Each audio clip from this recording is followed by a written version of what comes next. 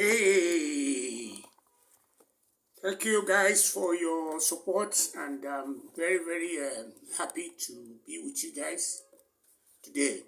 I'm going to cover the guy who said that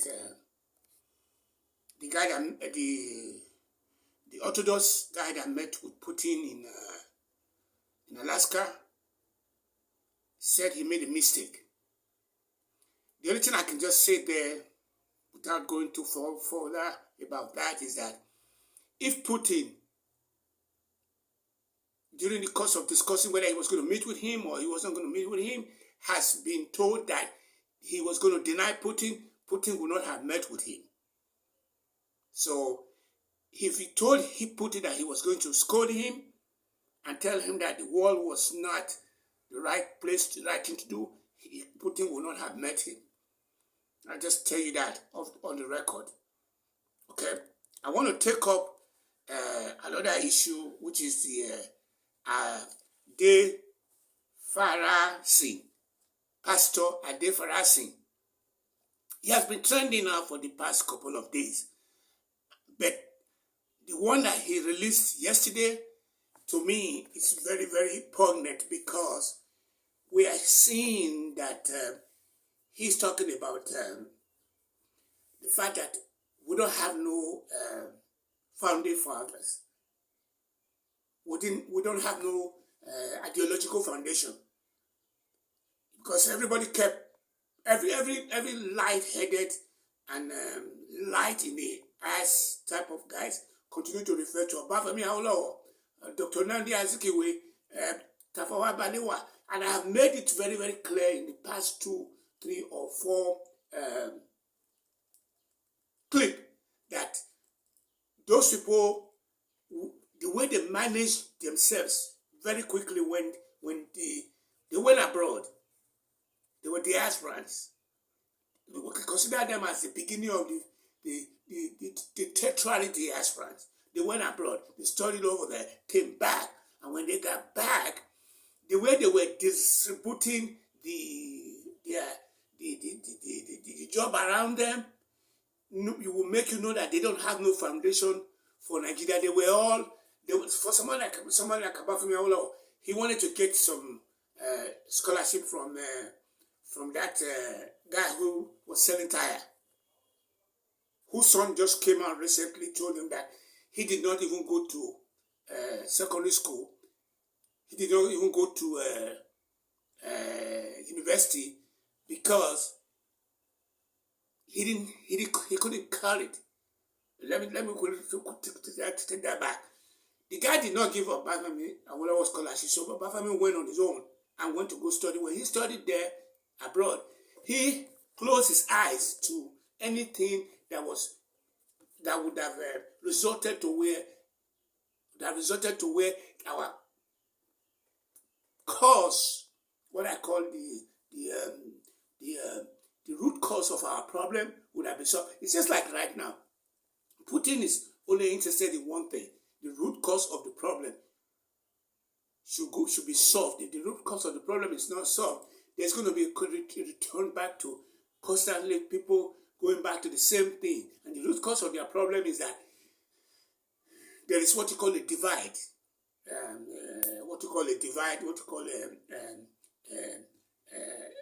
Duality of the right and the left, woman and man, husband and wife, and stuff like that.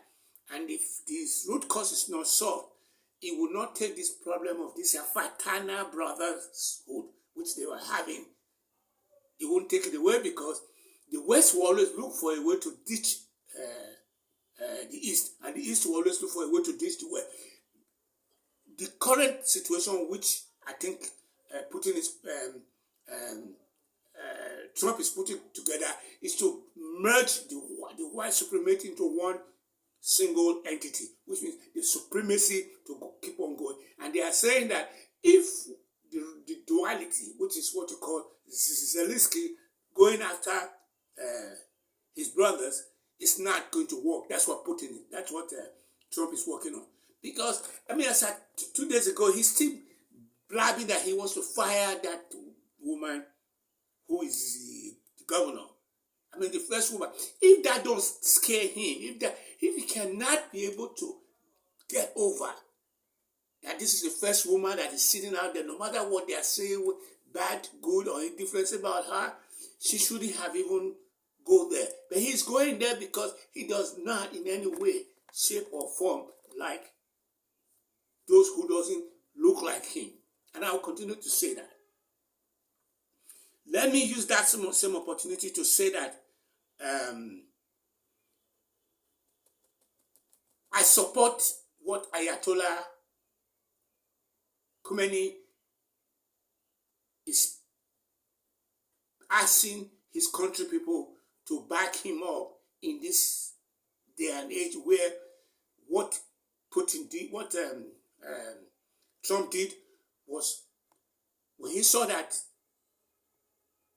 people in Israel were now running away for their life because Iran was bombarding them, he went in and used what you call the buster to destroy the nuclear power.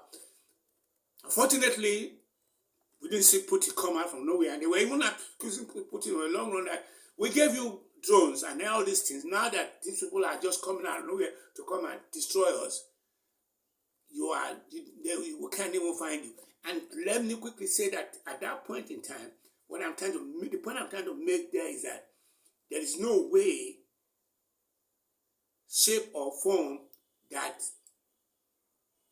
the Ayatollah could be saying that this is wrong, because he went back to the 1979 when there was the Iran revolution and started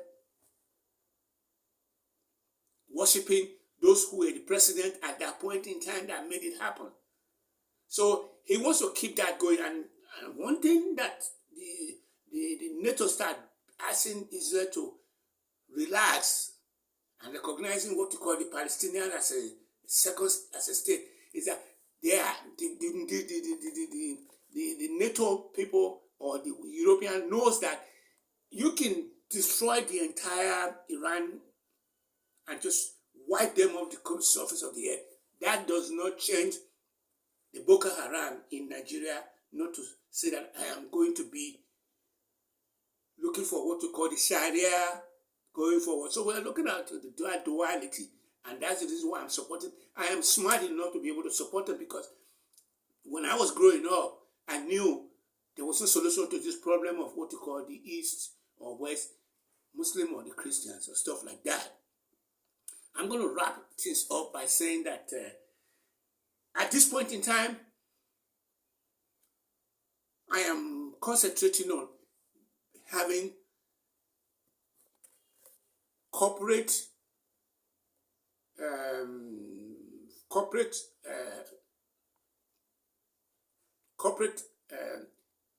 VC. There's a branch of the corporate world called the VC that supports philanthropical organizations. Like, for example, if they find out that I am a software developer, and they want to do anything philanthropical, and I'm interested in HIV/AIDS for testing and screening, they can give me an assignment and give me that assignment.